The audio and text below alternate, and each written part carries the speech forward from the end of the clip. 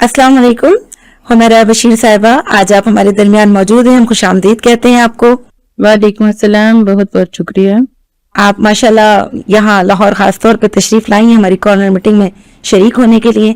आपका एक खूबसूरत तारुफ हमें पहुंचा कि आप JI वुमेन प्लेटफॉर्म से KPK में पार्लियामेंटेरियन रही हैं। मजीद भी हम जानना चाहेंगे आपके बारे में, कुछ अपना तारुफ दीजिए। जी, अगर मैं इसको अपने बचपन से आपके लिए अपने तारुफ से आगाज करूं तो मेरे ख्याल में वो ज्यादा मुनासिब। बचपन में जमात इस्लामी की जान पहचान या हमारे घर कोई उसका नहीं जाना जाता था। अलबत्ता ये एक बात थी कि जब मेरी शादी हुई, मेरे हस्बैंड जो हैं वो सूबे के जमीयत के नाज़िम सूबा रह चुके थे, यानी वो जमात से ताल्लुक रखते थे। जी। हमारी नाज़िम जिल्ला बहुत ज्यादा अच्छी थी। उन्होंने मुझे कहा, क्या तुम ये नहीं चाहोगी कि क़यामत के दिन हर कोई अपने एक लीडर के ग्रुप में होगा, तो जब मौलाना मौदूदी रहमतुल्लाह अलैह जमात इस्लामी का झंडा लेके जा रहे होंगे तो तुम उस काफिले का हिस्सा नहीं बनना चाहती? तो ये अल्फाज जब आज भी मैं करती हूँ तो मेरी कैफियत बहुत अजीब हो जाती है।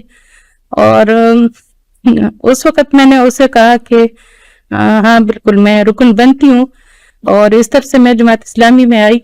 और मेरे ख्याल में कि ये जमात इस्लामी का ही खासा है कि वो एक ऐसी खातून को, घरेलू खातून को लाके आप एक बरामदे से खातून को उठा के असेंबली में पहुंचा के उसको टॉप 3 की पोजीशन पे लाते हैं, तो ये खासा मेरे ख्याल में जमात इस्लामी हल्का ख़वातीन का है।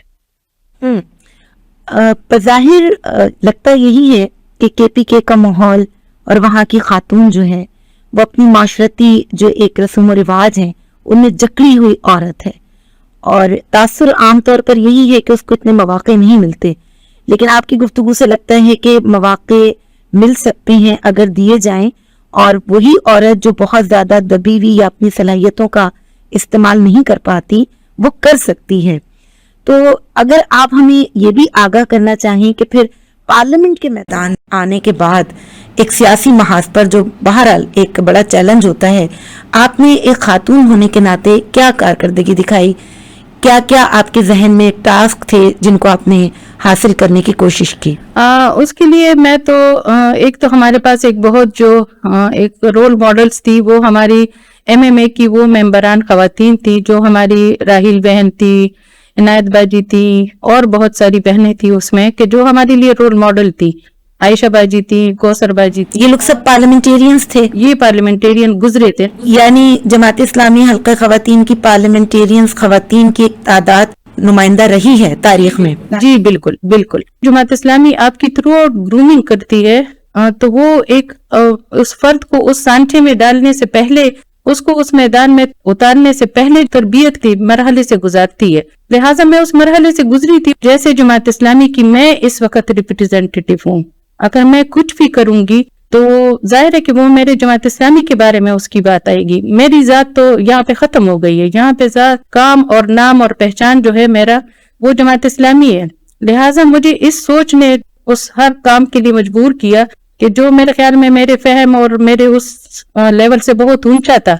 इसलिए कि असेंबलियों की जो दुनिया होती है, वहाँ की जो लोग होते हैं, वहाँ के जो सियासतें होती हैं, वो बिल्कुल आम तहरीक के अंदर के काम से बहुत ज्यादा मुख्तलिफ होती है। लेजिस्लेशन होती है वहाँ, और आपको जाहिर है कि उसमें अपना हिस्सा डालने के लिए उस मखसूस इलाके के और ख़ास तौर पर ख़वातीन के मसाइल का कुछ अदराक तो होगा। तो ज़रा ये भी हम जानना चाहेंगे कि खैबर पख्तूनख्वा की खातून किन मसाइल का शिकार है और आपने इन मसाइल के हल के लिए क्या किया?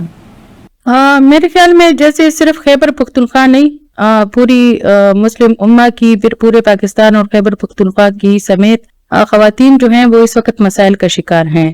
ये एक ऐसी हकीकत है कि मेरे ख्याल में इस पे हमें अफसोस तो है, लेकिन इससे हम सफ़े नज़र नहीं कर सकते। और उसका अदारक हमें ऐसे हुआ कि जब डोमेस्टिक वायलेंस बिल आया और उसके लिए वो गवर्नमेंट ने पेश किया, और उसमें बहुत सारी शिकें ऐसी थी कि जो यानी उसका जो हमारे रिवायात, हमारी सकाफत और हमारे इलाके के लिहाज से वो बिल्कुल यानी सूट नहीं कर पा रही थी। तो उसके लिए उन्होंने जब बिल पेश किया तो उसके लिए सिलेक्ट कमेटी बनाई गई, اور یہ جماعت اسلامی کے لیے بہت بڑی فخر کی بات ہے کہ جماعت اسلامی کے اس وقت 2018 کے الیکشن کے بعد جماعت اسلامی کے 3 ممبران، 2 شروع میں 2018 میں آئے تھے، عنایت اللہ صاحب اور میں، اور جب فاٹا کا الیکشن ہوا تو ایک سراج الدین صاحب ہمارے الیکٹ ہو کے آئے، تو 3 ہمارے ممبرز تھے، اور 147 کا ایوان تھا۔ اس میں جب سلیکٹ کمیٹی ڈومیسٹک وائلنس کے لیے بنائی گئی تو اس کمیٹی میں 2 ممبر جماعت اسلامی کے لیے گئے، اور وہ ایک عنایت اللہ صاحب تھے اور ایک مجھے لیا گیا۔ لہٰذا میں یہ سمجھتی ہوں کہ اگر ہم فوکسڈ ہو کے کام کریں اور ہم اپنے کاموں کو ترجیح اول میں رکھیں تو ان اسمبلیوں کے اندر جس سے لوگ بہت زیادہ گلے کرتے ہیں، وہاں پہ بہت زیادہ شکایتیں کرتے ہیں، اس لیے کہ وہاں پہ ساری بیوروکریسی اور یہ لوگ انہی لوگوں کے لائے ہوئے لوگ ہوتے ہیں، تو یہ لوگ بھی آپ کے احترام اور آپ کی عزت کرنے پہ مجبور ہو جاتے ہیں۔ اور یہ تجربہ مجھے یعنی بہت اچھی طریقے سے ہوا فیلڈ ورک کرتے ہوا۔ ہاں، کہ جب میں جاتی تو وہ ان کا رویہ میرے ساتھ جیسے ہوتا تھا، اس لیے کہ وہ سمجھتے تھے کہ یہ کارکردگی کرنے والے لوگ اچھا ہوتا تھا جی بہت۔ اچھا، آپ نے ڈومیسٹک وائلنس کا ذکر کیا، تو ڈومیسٹک وائلنس تو موجود ہے، جماعت اسلامی کیا سمجھتی ہے کہ خواتین کے ساتھ ایسا نہیں؟ نہیں، جماعت اسلامی یہ بالکل نہیں سمجھتی۔ کیا تھا آپ کا موقف؟ ہمارا موقف یہی تھا کہ جو اس میں شکیں جو تھی، جو کہ بالکل آپ کے خاندانی نظام پہ ضرب لگانے والی تھی، جس میں پہلی شک یہی تھی کہ ایک میاں جو ہے وہ اپنے بیوی کے ساتھ اس کی رضا سے اس کے ساتھ ازدواجی تعلق رکھ سکتا ہے، حالانکہ یہ کہیں پہ بھی قرآن اور سنت سے اس کا کوئی ثبوت نہیں ہے، اور اس سے اس کی ازدواجی زندگی میں بگاڑ کا ہی اندیشہ تھا۔ پھر اس میں ایک شک یہ تھی کہ انہوں نے کہا کہ جب میاں بیوی کے درمیان جھگڑا آ جائے تو اس کے لیے انہوں نے NGOs اور سول سوسائٹی اور اس طرح کی ایک کمیٹی بنائی تھی ڈسٹرکٹ لیول پہ، اور اس میں ایسے لوگوں کو رکھا تھا۔ ہم نے انہیں کہا کہ دیکھیں قرآن نے کہا ہے کہ جب میاں بیوی میں اختلاف آئے تو خاندان کے ہی لوگوں میں سے ایک ایک فرد کو لیا جائے گا۔ کوئی آپ نے قرآن کی روشنی میں اس کا حل پیش کیا؟ جی بالکل، اور وہ جو ان کے اس وقت کے منسٹر تھے حشام انعام اللہ صاحب، تو وہ کافی اس پہ بحث ہو رہی تھی، ان کے منسٹر لا بھی تھے، ان کے وہ سوشل ویلفیئر کے بھی منسٹر تھے، جو 2-3 منسٹرز ان کے بیٹھے ہوئے تھے۔ تو آخر میں جب وہ نہیں سمجھ رہے تھے تو میں نے انہیں کہا کہ حشام انعام اللہ صاحب، آپ ہنگو سے تعلق رکھتے ہیں، آپ یہ بل اٹھا کے لے جائیں اور اپنے ووٹرز کے درمیان اس بل کی تشریح کریں پشتوں میں، اور ان کو سمجھائیں کہ میں یہ بل اسمبلی میں لائے اور اس کو پاس کروانا ہے، تو کیا آپ کو آپ کے ووٹرز آئندہ کے لیے ووٹ دیں گے؟ تو ان لوگوں نے اس بات کو سمجھا، اور یہ جماعت اسلامی کا ہی وہ تھا، اور ان کو ہی کریڈٹ جاتا ہے کہ اس میں وہ شکوں میں تبدیلی ہوئی، اور واحد وہ بل ہے اس وقت جو اس میں موجود ہے، اس کی قانونی شکل بن گئی ہے کہ جو پورے ملک کے اندر بہت زیادہ یعنی اس پہ عمل کرنے والا ہے، اور خواتین کے حقوق کے آپ نے ابھی بتایا کہ ووٹر کو جا کے جب قائل کیا گیا ان کی اپنی زبان میں تو ان کی رائے بنی، گویا ووٹر اپنی جگہ ایک اہمیت رکھتا ہے، تو خیبر پختونخوا کی عورت کو ووٹ دینے کا حق کیا موجود ہے سوسائٹی میں، اور اب کیا صورتحال ہے؟ کتنا پرسنٹ خواتین کا حصہ ہوتا ہے اس سارے مرحلے میں؟ میرے خیال میں ووٹ تو جس طرح سے ایک مرد جتنے ووٹ ڈالتا ہے صوبائی اسمبلی کو، قومی کو، اسی طرح عورت بھی ڈالتی ہے، جو تناسب مردوں کا ہوگا اسی تناسب سے ظاہر خواتین بھی۔ جماعت اسلامی اس بات پر فیور کرتی ہے خواتین؟ جی بالکل، اس پہ فیور کرنے کا ایک بڑا ثبوت یہ ہے کہ اس وقت ہم دستک مہم منا رہے ہیں، اور اس میں ہم گھر گھر جا کے لوگوں کو یہ دعوت دے رہے ہیں، ہم خواتین میں یہ شعور پیدا کر رہے ہیں، اور ہم ان کو بتا رہے ہیں، اس کے نام سے یہ آپ کو لگ رہا ہوگا کہ دستک سے کیا مراد ہے، ہم ان کے گھروں میں جا کے ان کو ووٹ کی اہمیت بتا رہے ہیں، اور انہیں اس بات پہ اویئر کرا رہے ہیں کہ یہ آپ کا دینی اور اخلاقی حق ہے، آپ اپنے حق کو استعمال کریں۔ اگر آپ چاہتے ہیں کہ آپ کے اوپر آج جو مہنگائی کا رونا جو ہے تو وہ ٹھیک ہے، اس کے اوپر جو ہے مردوں پہ بھی بہت بڑا بوجھ ہے، لیکن کچن ایک عورت چلاتی ہے۔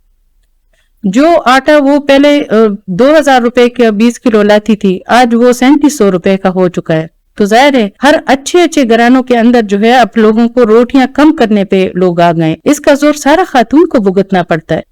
لہٰذا ہر لحاظ سے اگر ملک میں بدامنی ہو اس کا اثر عورت پہ پڑتا ہے، اگر مہنگائی ہو اس کا اثر عورت پہ پڑتا ہے، فحاشی ہو اور یعنی ہو اس میں سفر عورت ہوتی ہے۔ لہٰذا ہم یہ سمجھتے ہیں کہ عورت نکلے اور اس کا اپنے ووٹ کا استعمال کرے، اور یہ بھی جماعت اسلامی کو یہ خاصا حاصل ہے کہ 1970 میں جو ہمارا پچھلے دنوں دی رپر کا دورہ تھا اور وہاں کے ایکس ایم این اے طارق اللہ صاحب سے ہماری نشست ہوئی، تو انہوں نے ہمیں یہ ایک بہت بڑی تاریخ کی ایک بات بتائی کہ 1970 میں سب سے پہلے جماعت اسلامی تھی جنہوں نے عورتوں کو نکالا اور دیر میں ان سے ووٹ ڈلوایا. تو یہ ایک بہت بڑی یعنی میرے خیال میں ہم لوگ تاریخ سے واقف نہیں ہوتے اور پرسیپشن یہ بنا بیٹھتے ہیں کہ شاید اسلامی جو سوچ رکھنے والے لوگ ہیں وہ خواتین کو ووٹ ڈالنے پہ آمادہ نہیں ہے یا اس پہ راضی نہیں ہے. تو اگر ایسی بات ہوتی تو پھر ہماری ایک کثیر تعداد اسمبلیوں میں اور ہمارے ڈسٹرکٹ کونسلز میں کیوں موجود ہو. اچھا، آپ موجود ہیں، آپ موجود رہیں، آئندہ بھی آپ کو چانس مل سکتا ہے، لیکن خاتون پاکستان کے جو مسائل ہیں، حتیٰ کہ وہ حقوق تک جو قرآن و سنت نے اس کے لیے طے کر دی ہیں، وہ بھی اس کو حاصل نہیں ہے. وراثت کا حق ہے یا مہر، نان نفقہ اور دیگر جو آئلی ہمارے سیٹ اپ میں جو قوانین موجود ہیں. تو آپ لوگوں نے اس حوالے سے کوئی اپنی کارکردگی دکھائی؟ کیونکہ خاتون تو آج بھی محروم ہے اپنے حقوق سے، اسے نہ قانون سپورٹ کر رہا ہے نہ اس کو عدالت سپورٹ کر رہی ہے. آپ نے کیا کیا؟ جی بالکل، اس کی اہمیت کا اندازہ تو آپ اس بات سے لگائیں کہ ہمارے جو موجودہ امیر جماعت ہیں محترم سراج الحق صاحب، انہوں نے باقاعدہ تمام پارٹیوں کو یہ پیشکش کی ہے کہ آپ لوگ اپنے ٹکٹس ان لوگوں کو دیں، ان لوگوں کو پابند کرائیں. اس لیے کہ دیکھیں، ٹکٹ دینے کی بات انہوں نے اسی وجہ سے کی ہے کہ آپ جس بندے کو کینڈیڈیٹ بناتے ہیں وہ آپ کے ایک این اے اور پی کے کا ریپریزنٹیٹو ہوتا ہے، اور وہ این اے کا جو بندہ ہوتا ہے جو ایم این اے بن کے اسمبلی میں آتا ہے وہ لاکھ سے اوپر کے ووٹ لیتا ہے. اسی طرح جو آپ کا پی کے میں آتا ہے تو وہ 70-80 ہزار سے تک ووٹ لے کے آتا ہے. جب آپ کا یہ نمائندہ جو ہے وراثت کا حق دینے والا ہو، عورت کے حقوق کو سمجھنے والا ہو، عورت کے حق کو ماننے والا ہو، تو تبھی اس کے اثرات نیچے جا سکیں گے. تو انہوں نے یہ مشورہ دیا ہے کہ آپ ایسے کینڈیڈیٹس کو ووٹ دیں کہ جو معاشرے کے اندر اس چیز اور اس سوچ کو رکھنے والے لوگ ہیں، جو اس چیز کو پنپنے والے لوگ ہیں. اور اس کی ہمارے پاس ایک بہت بڑی مثالیں موجود ہیں ہمارے تحریک کے اندر. ہمارے محترم منور حسن صاحب کی زندگی سے ہمارے پاس مثالیں ہیں. ہمارے قاضی صاحب کی ایک بہت بڑی مثال ہے، انہوں نے اپنی بیٹی کی ایسی قدر کی کہ میرے خیال میں ایسی قدردان جو ہے کسی اور جگہ پہ ہمیں ملنے کو نہیں ملیں گے. اور ہمارے اپنے تحریک کے لوگوں نے وہ مثالیں قائم کی ہیں میدان عمل میں آنے کے بعد کہ وہ ہمارے پاس میرے خیال میں ایک بہت گراں قدر اثاثہ ہے. گویا آپ لوگوں کا یہ دعویٰ ہے کہ جو لوگ عملاً اپنی زندگی میں بھی ان اصول اور ضابطوں کو مانتے ہیں، وہ جب ذمہ داری پر ہوں گے تو تب وہ نظام بھی بنا سکیں گے. جی میرے خیال میں اب معاشرہ جو ہے بہت تیزی کے ساتھ ترقی کر چکا ہے اور یہ 2023 ہے. اس میں جو 2000 کا جو زمانہ تھا اس میں آپ لوگوں کو وعدوں اور دعووں اور جھوٹ کے بنیاد پہ جو ہے ان کو ورغلا سکتے تھے، لیکن آج یہ فاسٹ سوشل میڈیا کا معاشرہ ہے اور اس میں آپ کی کوئی بات جو ہے وہ ڈکی چھپی رہ نہیں سکتی. اگر آپ کی قیادت یا آپ کا ورکر یا آپ کا قومی اسمبلی کا یا صوبائی اسمبلی کا ممبر یا کوئی سینیٹر جو بھی کال و فعل کرتا ہے، جو بھی کام کرتا ہے، جو بھی کارکردگی دکھاتا ہے، وہ اس کے میدان کے اوپر ہوتی ہے. لہٰذا آپ اس میں یعنی جھوٹ کی بنیاد پہ یا کسی کو نمائش کی بنیاد پہ جو ہے آپ لوگوں کو اپنی طرف آمادہ نہیں کر سکتے. لہٰذا ہم یہ سمجھتے ہیں کہ ہم اس دعوے میں بہت اس لحاظ سے ڈومیننٹ ہیں. جماعت اسلامی اس وقت وہ پارٹی ہے اس وقت الیکشن کے اندر کڑی ہونے والی کہ جو نہ ایک سائٹ پہ ہے نہ دوسری سائٹ پہ، اور اس کے ہونے کی بھی ایک بہت بڑی وجہ ہے کہ ہم اپنے آپ میں ہی وہ لوگ ہیں کہ ہمارے مقابلے کے کوئی نہیں. لیکن پاکستانی خواتین کو کیسے پتہ چلے گا کہ آپ ان کے لیے کیا پلان رکھتی ہیں؟ پاکستانی خواتین کے ساتھ جس طرح سے جماعت اسلامی کا نیٹ ورکنگ ہے، وہ جو میں صوبائی اسمبلی میں رہی ہوں تو مجھے اپنی جماعت اسلامی حلقہ خواتین کی قدر اس وقت آئی کہ جب مجھے پتہ چلا کہ واحد جماعت اسلامی وہ پارٹی ہے جن کی وومن ونگ جو ہے وہ ہزاروں لاکھوں خواتین پہ مشتمل ایک منظم نیٹ ورک کو لے کے چل رہی پورے پاکستان کے اندر. یہ میں نے میڈیا میں اس کو چیلنج کیا ہے کہ اس وقت کسی پارٹی کے پاس ایک منظم اور ایک الگ تھلگ وومن ونگ موجود نہیں ہے. موجود نہ ہونے کی بنیادی وجہ یہ ہے کہ وہ لوگ خواتین کو الگ کام کرنے پہ ان کی سوچ کی یہ بات نہیں ہے. وہ ان کا صدر جو ہوتا ہے وہ مرد ہوتا ہے، ان کی نائب صدر خاتون ہوتی ہے، لہٰذا وہ جوائنٹ ان کا سسٹم چل رہا ہوتا ہے. اس جوائنٹ سسٹم کے اندر جب میں ان سے پوچھتی تھی کہ آپ لوگ الیکشن کے لیے کیا کرتے ہیں، انہوں نے کہا ہم تو کچھ نہیں کرتے، ہمارے جو اوپر لیڈرشپ بیٹھی ہوتی ہے انہی کی تقریریں ہوتی ہیں، انہی کی چیزیں ہوتی ہیں، وہی کمپین ان کی چل رہی ہوتی ہے، اسی پہ ہمارے لوگ جیتتے ہیں، اسی پہ ہم مستناسب سے آتے ہیں. लेकिन हमारा विलेज काउंसिल की सतह पे नेटवर्किंग है, और ये नेटवर्किंग हम सिर्फ इलेक्शन के लिए नहीं करते, ये नेटवर्किंग हमारी साल हर साल चल रही होती है। और ये अब विलेज काउंसिल से हम इसको नीचे पोलिंग स्टेशन के ऊपर लेके जा रहे हैं, और मेरे ख्याल में ये एक हमारे व्यूअर्स के लिए एक बहुत यानी इस तरह से इंफॉर्मेशन है कि वो इसको जाके देख सकते हैं कि इस वक्त हमारे हर पीके के अंदर और हर एनए के अंदर खवातीन का एक मुनज़्ज़म काम मौजूद है। आपकी एक तादाद मौजूद है, आपका काम मौजूद है, आपके वो कौन से कारनामे बताए जा सकते हैं जो खवातीन के लिए जमात इस्लामी की तरफ आने का सबब बने? हमारा एक तो खिदमत का जो एक बहुत बड़ा नेटवर्क है, और वो अल खिदमत खवातीन वुमेन विंग के नाम से जो है, अल खिदमत फाउंडेशन वुमेन विंग के नाम से काम कर रहा है। दूसरा जो हमारे वोकेशनल सेंटर्स हैं, तीसरा जो हमारे बैठक स्कूल्स हैं। ये बैठक स्कूल क्या है? ये इस्तिलाह थोड़ी नई सी है। हमारे पास जमात इस्लामी का जो एक अच्छा नेटवर्किंग है एजुकेशन के मैदान में, वो हमारे कम्युनिटी स्कूल्स हैं, जो नीचे के बच्चों को जो है उनको उठाते हैं और उनको वो माहौल फराहम करते हैं कि वो अपने कामों के साथ साथ पढ़ाई कमी को पूरा करें। और दूसरी एक अहम बात यह है कि उनको हम स्किल सिखाते हैं उसके अंदर, तो वो स्किलफुल जो है कम्युनिटी सेंटर्स हैं। ये सिर्फ बच्चों के लिए काम नहीं है, ये उन गली कूचों के उन बच्चों के पे काम है कि जो पढ़ाई से महरूम, कच्ची बस्ती में। बिल्कुल। और फिर उनके साथ साथ उनकी माओं की ग्रूमिंग करना, उनकी माओं को लाना, उनकी काउंसलिंग करना।